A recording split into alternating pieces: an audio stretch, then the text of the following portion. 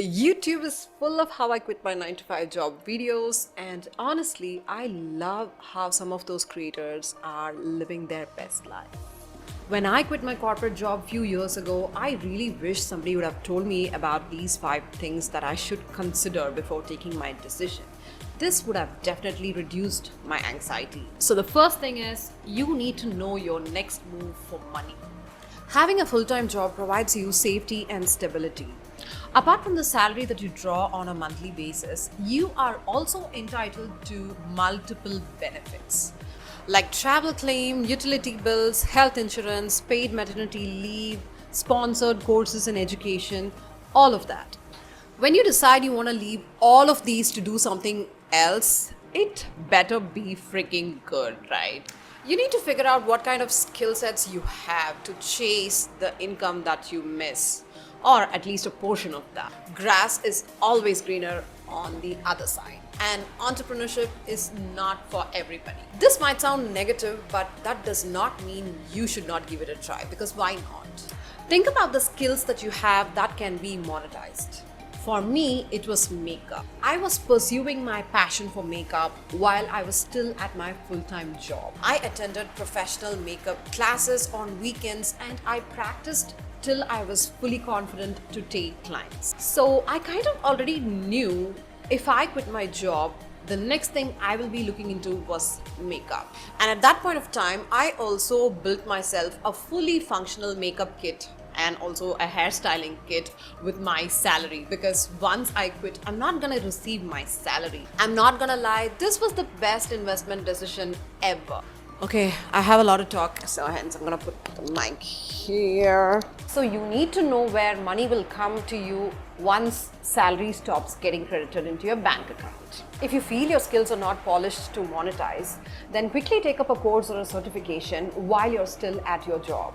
Doing this will ease your anxiety, and having a half-baked plan at any day is better than not having a plan at all. The second thing is to plan a timeline and the finances. From planning to quit your job to actually quitting your job is a long timeline. That's long enough for you to do a lot of things. That includes taking an audit of your life, your financials, and your support system. This is like using a map to reach a specific location. In order for it to show you the way, it needs to know your current location. Similarly, knowing where you are right now is essential to plan your next few steps. My first suggestion, or that's at least what I did. If you live with a partner or your parents, you need to tell them about your plan. You should tell them that you're not going to receive your salary in case if you're a contributor to the household expenses. If the financials don't look that well, consider exploring other alternatives like a side hustle or something else before you actually quit your job. Because banking on savings is risky any day. Someone I know who wanted to quit her job first moved to her hometown with her parents and picked up a side hustle and did some remote job before she actually quit. So if that is something that is doable for you, you must explore that. Next thing is to understand your support system. I have a daughter, and when I was freelancing as a makeup artist, I was traveling on ungodly hours to client locations. So who is supposed to take care of my daughter?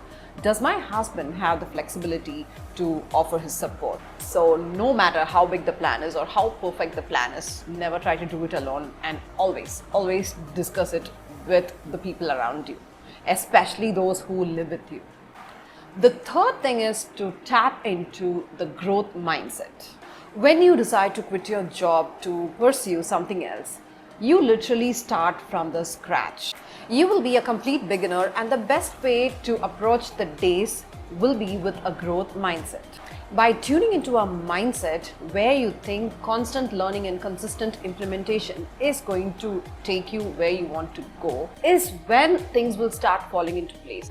Because life after 9 to 5 is going to have no structure, inconsistent pay, unpredictable situation, and that's where, as human, you tend to get into the trap of complaining and feeling that you have made a bad decision of quitting your job. This is purely your mind looking at things which are absolutely unfamiliar and freaking out. And as a response, it kind of safeguards you. Perfectly normal, but can cause a lot of anxiety.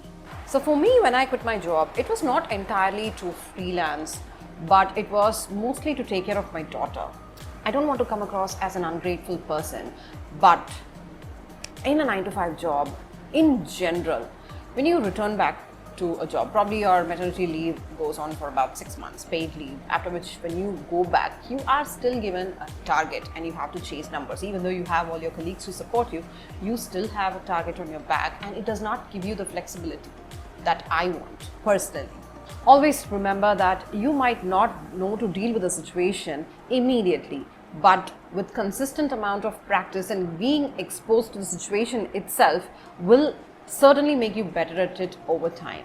Anybody with a growth mindset can improve. So it is very important that you train your mind by reading books, listening to podcasts, and other related resources. With postpartum recovery and physical exhaustion, my mindset was not really favoring me at that point of time.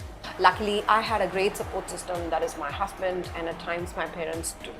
So in case if you're not able to find a support system immediately around you, then go to networking events, go online and make friends like how social media used to be once. Number 4 is to say less and do more. Never tell anyone your complete plan and add pressure on yourself. And most importantly, never tell your colleagues that you're gonna quit. What if your plans don't go accordingly and you want to stay back in your organization? There's nothing weirder than going back to the people who you bragged about quitting your job to start your YouTube channel. Chances are the news might get out, eyes will be rolled at you, and you will have to work double the amount of time to prove your loyalty, because your boss will want to know where your heart lies. Also, when you tell others about your plan, they might constantly want to check in with your progress, which in turn will add pressure to you. The truth is, you don't have everything figured out yet. So when you go out there and tell people, hey, I'm going to stop the plan of opening a store and instead I'm going to open it online, people are going to have questions. So imagine you telling 12 people about your plan. Now everybody wants an update, and that's pressure. Another reason being, genuinely, people are worried for you because it is new to them and they don't know why you're doing what you're doing. I don't really blame them, but just say less if you can.